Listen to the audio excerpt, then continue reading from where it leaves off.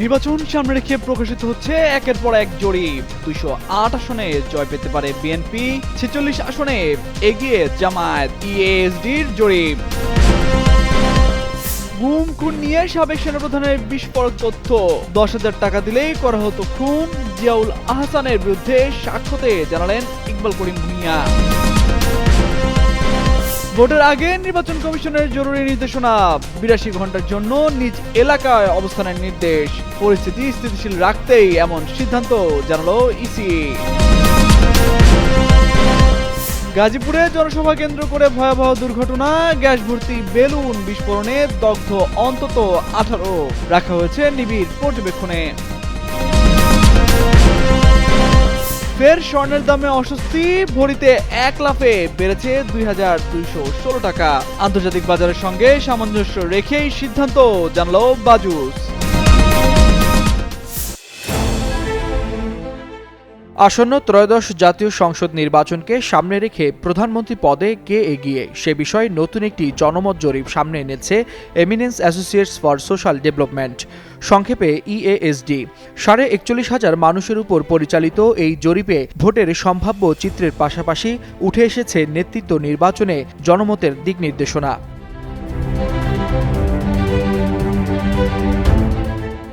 জরিপ অনুযায়ী নির্বাচনে বিএনপি নেতৃত্বাধীন জোট সর্বাধিক 208টি আসনে জয়লাভ করতে পারে। জামায়াতে ইসলামী নেতৃত্বাধীন জোটের সম্ভাব্য আসন সংখ্যা 46টি। এছাড়া জাতীয় পার্টি 3টি, অন্যান্য দল 4টি এবং স্বতন্ত্র প্রার্থীরা 17টি আসনে জয়ী হতে পারে বলে জরিপে উল্লেখ করা হয়েছে।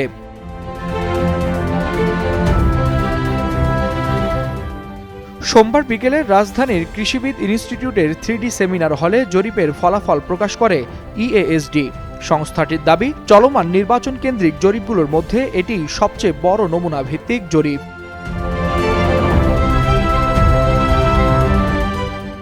জরিপে অংশগ্রহণকারীদের মধ্যে 64% পুরুষ এবং 36% নারী। বয়সভিত্তিক বিশ্লেষণে দেখা যায় 18 থেকে 30 বছর বয়সী তরুণদের অংশগ্রহণ ছিল 37.2%, যা রাজনৈতিক প্রক্রিয়ায় তরুণ সমাজের সক্রিয়তার ইঙ্গিত দিচ্ছে। পেশাভিত্তিক বিশ্লেষণে সর্বাধিক অংশগ্রহণকারী ছিলেন ব্যবসায়ীরা।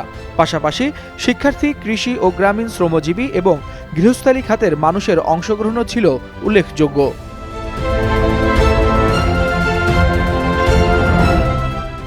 সবচেয়ে গুরুত্বপূর্ণ তথ্য এসেছে প্রধানমন্ত্রী পদের পছন্দের প্রশ্নে। জরিপে অংশগ্রহণকারীদের 68% বিএনপির চেয়ারম্যান তারেক রহমানকে পরবর্তী প্রধানমন্ত্রী হিসেবে দেখতে চান।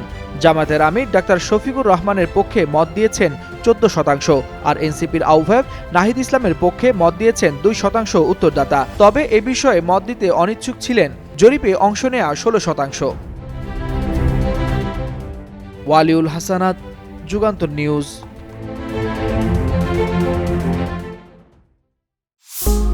দীর্ঘদিনের গুম খুনের অভিযোগে র্যাবের ভূমিকা নিয়ে এবার বিস্ফোরক তথ্য দিলেন সাবেক সেনাপ্রধান ইকবাল করিম ভূঁইয়া। আন্তর্জাতিক অপরাধ ট্রাইব্যুনালে দেয়া সাক্ষ্যে তিনি দাবি করেছেন, মাত্র 10,000 টাকার বিনিময়ে র্যাবে কর্মরত সেনা কর্মকর্তারা মানুষ হত্যা করতেন। 104 জনকে গুম করে হত্যার মামলায় অভিযুক্ত জিয়াউল আহসানের বিরুদ্ধে সাক্ষ্য দিতে গিয়ে সাবেক এই সেনাপ্রধান বলেন, হত্যার পর ভুক্তভোগীদের পেট কেটে নাড়িভুড়ি বের করে শরীরে ইট বেঁধে নদীতে ফেলে দেওয়া হতো। সাক্ষ্যে উঠে এসেছে রাষ্ট্রীয় বাহিনীর ভেতরে গড়ে ওঠা ভয়ঙ্কর এক অপসংস্কৃতির চিত্র। সোমবার আন্তর্জাতিক অপরাধ ট্রাইব্যুনাল 1-এ বিচারপতি গোলাম মর্তজা মজুমদারের নেতৃত্বে সাক্ষ্য গ্রহণে ইকবাল করিম ভূঁইয়া বলেন, র্যাবের এসব কর্মকাণ্ড থামাতে না পারার বেদনা তাকে সারাক্ষণ তাড়া করে বেরিয়েছে। তিনি স্পষ্ট ভাষায় দাবি করেন, র্যাব অবিলম্বে বিলুপ্ত করা দরকার, আর তা সম্ভব না হলে র্যাব থেকে সেনা সদস্যদের সামরিক বাহিনীতে ফিরিয়ে আনার আহ্বান জানান তিনি। 2013 সালে শাপলা চত্বরে হেফাজতে ইসলামের সমাবেশে নিহতদের প্রসঙ্গ টেনে সাবেক সেনাপ্রধান বলেন, সে সময়ও একই কায়দায় হত্যাকাণ্ড চালানো হয়েছে বলে তিনি বিভিন্ন সূত্রে জানতে পেরেছেন। এসব ঘটনায় সেনাবাহিনীর ভাবমূর্তি ক্ষুণ্ণ হওয়ায় তিনি বিভিন্ন ডিভিশন ও প্রশিক্ষণ প্রতিষ্ঠানে গিয়ে কর্মকর্তাদের এমন কর্মকাণ্ড থেকে বিরত থাকার আহ্বান জানান। ডিজিএফআই নিয়েও কড়া মন্তব্য করেন ইকবাল করিম ভূঁইয়া। তার ভাষ্য, আয়নাঘরের মতো অপসংস্কৃতির জন্ম দেওয়ার পর এই সংস্থার টিকে থাকার কোনো বৈধতা নেই। সাক্ষ্যের শেষাংশে গিয়ে তিনি বলেন, আত্মশুদ্ধির এই সুযোগ হারালে সেনাবাহিনীর গৌরব রক্ষা করা যাবে না।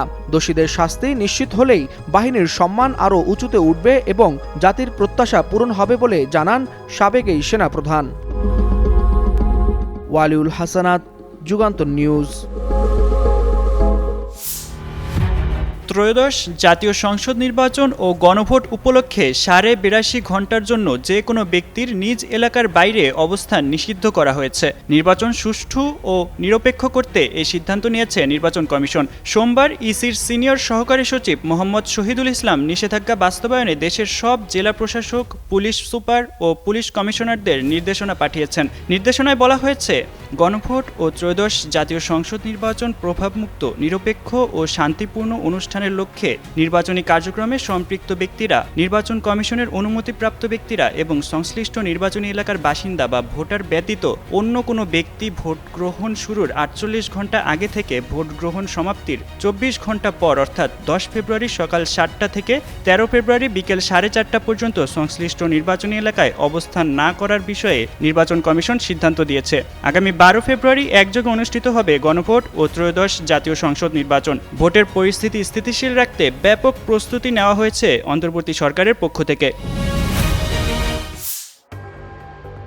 সোমবার বিকেল 4টার দিকে গাজীপুরের টঙ্গীতে সেনা কল্যাণ গার্মেন্টসের সামনে একটি জনসভাকে কেন্দ্র করে ভয়াবহ দুর্ঘটনা ঘটে। একটি ক্লাব ঘরে গ্যাস ভর্তি বেলুন বিস্ফোরণে অন্তত 18 জন নেতাকর্মী ও সমর্থক দগ্ধ হন। ঘটনাটি ঘটে বিএনপির একটি নির্বাচনী জনসভায় যাওয়ার প্রস্তুতির সময়। দগ্ধদের দ্রুত উদ্ধার করে রাজধানীর জাতীয় বার্ন ও প্লাস্টিক সার্জারি ইনস্টিটিউটে ভর্তি করা হয়। স্থানীয় সূত্র ও প্রত্যক্ষদর্শীরা জানান, টঙ্গীর চেরাগালী এলাকায় গাজীপুর 2 আসনের বিএনপি প্রার্থী এম মঞ্জুরুল করিম রনির পক্ষে জনসভার আয়োজন করা হয়। সমাবেশের সাজসজ্জার জন্য আগে থেকেই একটি ক্লাব ঘরে বিপুল পরিমাণ গ্যাস ভর্তি বেলুন রাখা ছিল। বিকেল 4টার দিকে নেতাকর্মীরা ক্লাব ঘর থেকে বেলুন নিয়ে মিছিল বের করার প্রস্তুতি নিচ্ছিলেন। ঠিক সেই সময় হঠাৎ করেই বেলুনগুলো বিস্ফোরিত হয় এবং মুহূর্তেই আগুন ছড়িয়ে পড়ে। দগ্ধরা জানান, বেলুনের ভেতরে দাহ্য গ্যাস রয়েছে এ বিষয়ে তারা আগে থেকে জানতেন না। তাড়াহুড়ো করে বেলুন সরাতে গিয়ে দুর্ঘটনাটি ঘটে। জাতীয় বার্ন ও প্লাস্টিক সার্জারি ইনস্টিটিউটের জরুরি বিভাগের চিকিৎসকরা জানান, দগ্ধ 18 জন বর্তমানে হাসপাতালে চিকিৎসাধীন। তাদের হাত, পা ও মুখ সহ শরীরের বিভিন্ন অংশ পুড়ে গেছে। চিকিৎসকদের ভাষ্য অনুযায়ী আহতদের বেশিরভাগের বয়স 20 বছরের নিচে। সবাইকে নিবিড় পর্যবেক্ষণে রেখে প্রয়োজনীয় চিকিৎসা দেওয়া হচ্ছে। দেশের বাজারে অস্থিরতায় ঘুরপাক খাচ্ছে মূল্যবান ধাতু স্বর্ণের দাম। মাত্র দুদিন আগে কিছুটা দাম কমলেও সেই স্বস্তি বেশিক্ষণ স্থায়ী হয়নি। এবার এক লাফে স্বর্ণের দাম আকাশচুম্বী করে নতুন রেকর্ড গড়েছে বাংলাদেশ জুয়েলার্স অ্যাসোসিয়েশন বাজুস। সোমবার সকাল থেকে কার্যকর হওয়া নতুন মূল্য তালিকা অনুযায়ী দেশের ইতিহাসে স্বর্ণের দাম এক নতুন উচ্চতায় পৌঁছেছে। বাজুস জানিয়েছে, স্থানীয় বাজারে তেজাবি স্বর্ণের সরবরাহ ও মূল্যের ঊর্ধ্বগতির কারণে দাম বাড়ানোর সিদ্ধান্ত নেওয়া হয়েছে। আন্তর্জাতিক বাজারের সঙ্গে সামঞ্জস্য রেখে দেশের বাজারে দাম সমন্বয় করা হলেও এবার বড় ধরনের পার্থক্য দেখা দিয়েছে। বাজুসের ঘোষণা অনুযায়ী 22 ক্যারেটের 1 ভরি স্বর্ণের দাম বর্তমানে 2,61,040 টাকা নির্ধারণ করা হয়েছে। গতকাল পর্যন্ত যা ছিল 2,58,824 টাকা। 21 ক্যারেট স্বর্ণের ভরিপ্রতি দাম আগে ছিল প্রায় 2,46,927 টাকা, যা বর্তমানে বেড়ে হয়েছে 2,49,143 টাকা। এছাড়া 18 ক্যারেট স্বর্ণের ক্ষেত্রে পূর্বে ভরিপ্রতি দাম ছিল প্রায় 2,11,352 টাকা। নতুন দামে তা বেড়ে দাঁড়িয়েছে 2,13,568 টাকায়। এখানেও ভরিপ্রতি স্বর্ণের দাম বেড়েছে 2,216 টাকা। এছাড়া সনাতন পদ্ধতির স্বর্ণের ভরিপ্রতি দাম পূর্বে ছিল প্রায় 1,72,569 টাকা, যা বর্তমানে বৃদ্ধি পেয়ে হয়েছে 1,74,785 টাকা। স্বর্ণের দাম বাড়লেও দেশের বাজারে রূপার দাম বর্তমানে অপরিবর্তিত রাখা হয়েছে। আগের মতোই 22 ক্যারেটের 1 ভরি রূপা বিক্রি হচ্ছে 6,357 টাকায়। এছাড়া 21 ক্যারেট 6,065 টাকা এবং 18 ক্যারেট 5,190 টাকায় স্থির আছে। চলতি বছরের মাত্র ৩৯ দিনে দেশের বাজারে মোট ২৮ বার স্বর্ণের দাম সমন্বয় করা হয়েছে। এর মধ্যে দাম বাড়ানো হয়েছে ১৮ বার আর কমানো হয়েছে মাত্র ১০ বার। বারবার দামের এই পরিবর্তন সাধারণ ক্রেতা এবং ব্যবসায়ীদের মধ্যে এক ধরনের বিভ্রান্তি ও অস্থিরতা তৈরি করেছে। মাহমুদুর রহমান, যুগান্তর নিউজ।